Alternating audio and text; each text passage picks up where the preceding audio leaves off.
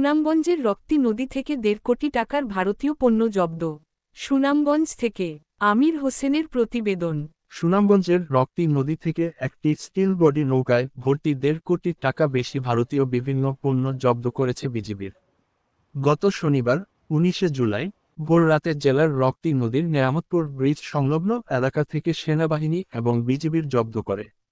বিজিবির সূত্রে জানা গেছে, সুনামগঞ্জ ২৮ ব্যাটালিয়ন বিজিবির কর্তৃক ব্যাটালিয়ন সদরের দক্ষিণ পশ্চিম দিকের সাচনা জামালগঞ্জ রক্তি নদীর নেয়ামতপুর ব্রিজ সংলগ্ন এলাকা থেকে সেনাবাহিনী এবং বিজিবির একটি বিশেষ আভিযানিক দল গোয়েন্দা তথ্যের ভিত্তিতে শান্তিগঞ্জ আর্মি ক্যাম্প এর B12221 তালহা জোবায়ের এর সাথে ১০ জন, সুনামগঞ্জ ২৮ ব্যাটালিয়ন বিজিবির ভারপ্রাপ্ত কোয়ার্টার মাস্টার BGD ও ৩১৫ সরকারি পরিচালক মো. রফিকুল ইসলাম এর সাথে ১৪ জন বিজিবির সদস্য যৌথ অভিযান পরিচালনা করে।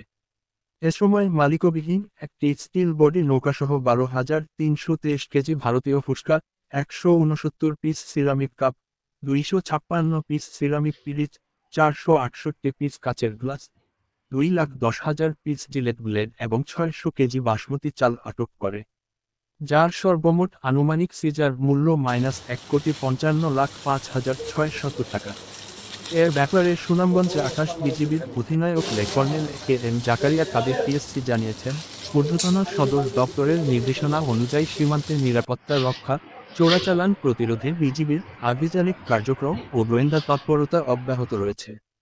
তিনি আরও জানান, আটককৃত স্টিল বডি নৌকাসহ ভারতীয় ফুসকা, সিরামিক কাপ, পিরিচ, কাচের গ্লাস, জিলেট ব্লেড এবং বাসমতি চাল শুল্ক কার্যালয়, সুনামগঞ্জে জমা করার কার্যক্রম প্রক্রিয়াধীন রয়েছে।